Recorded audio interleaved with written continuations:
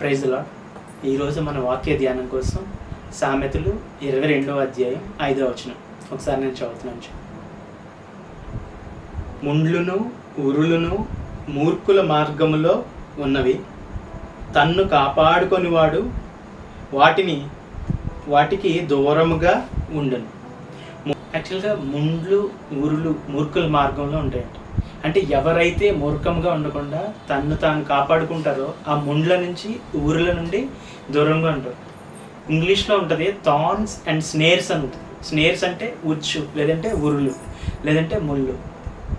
ఈ మనం ఎప్పుడైనా ముళ్ళలో మనం చిక్కుకున్నప్పుడు ఏమవుతుందంటే, లేదంటే ఏమైనా ఉరిలో చిక్కుకున్నప్పుడు మనం ఇబ్బందిలో పడతాం. అంటే కన్ఫ్యూజన్, ఏమీ చేయలేని స్థితి, లేదంటే పెయిన్, మనం కొంత బాధ గుండా వెళ్ళాలి. ముళ్ళు మనం గుచ్చుకున్నప్పుడు కొంత బాధ గుండా మనం వెళ్ళాలి. అలాగే ఎవరైనా మన కోసం ఊరి ఎప్పుడు పన్నుతారంటే, లేదంటే స్నేర్ ఎప్పుడు పెడతారంటే, మనల్ని బంధించడానికి, మనల్ని చిక్కుల్లో పెట్టడానికి, లేదంటే మనల్ని సంహరించడానికి శత్రువులు ఉరులు వాడతారన్నమాట. అలాగే అపవాది మన మార్గంలో ఉరులు ఉచ్చులు ఉంచుతాడంట.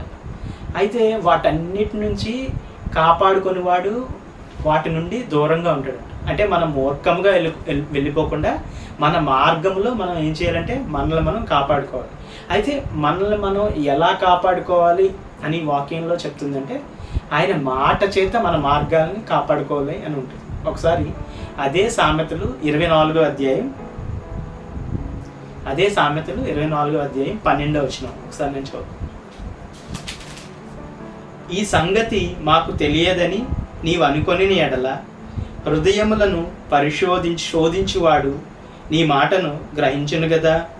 నిన్ను కనిపెట్టువాడు దాని నెరుగును గదా.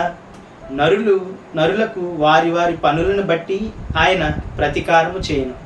యాక్చువల్లీ ఇక్కడ దేవుని కోసం చెప్పబడుతుంది. ఎవరు మనుషుల్ని పరిశోధిస్తారు, లేదంటే ఎవరు వారి క్రియలను బట్టి వారికి ప్రతిఫలం ఇస్తారు ఎవరంటే దేవుడు. ఇక్కడ ఉంది నిన్ను కనిపెట్టువాడు, అంటే నిన్ను కాపాడువాడు.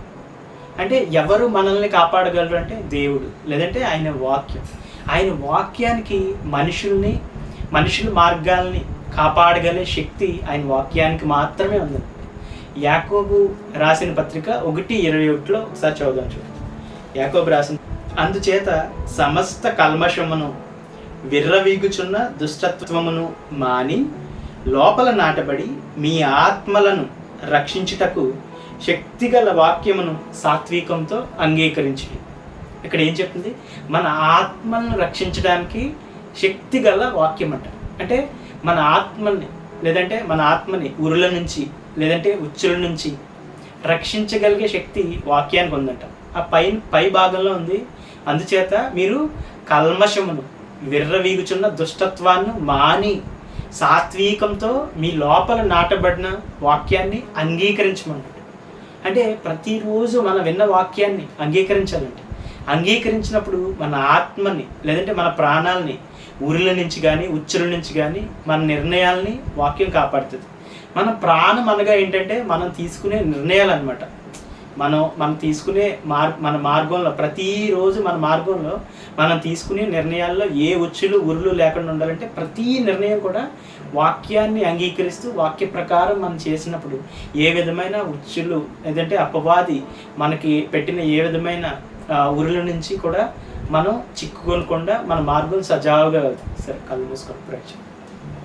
పరలోకమందున్న మా పరిశుద్ధాత్మ అయ్యా, విత్తబడిన మీ వాక్యం చేత తండ్రి, అయ్యా మేము నాటబడిన మీ వాక్యం చేత సాత్వికంగా అంగీకరించి తండ్రి మా నిర్ణయాల్ని అయ్యా మేము ఈ వాక్య ప్రకారం తీసుకుని, తద్వారా తండ్రి మా ప్రాణాన్ని, మా ఆత్మని అపవాది తండ్రి మాపై పనిచున్న ఉచ్చుల నుంచి, ఉరిల నుంచి తండ్రి విడిపించుకుని ప్రతిదినం మేము గడిపే కృప మాకు ఇచ్చినందుకు వందనాలు చెల్లించుకుంటాం.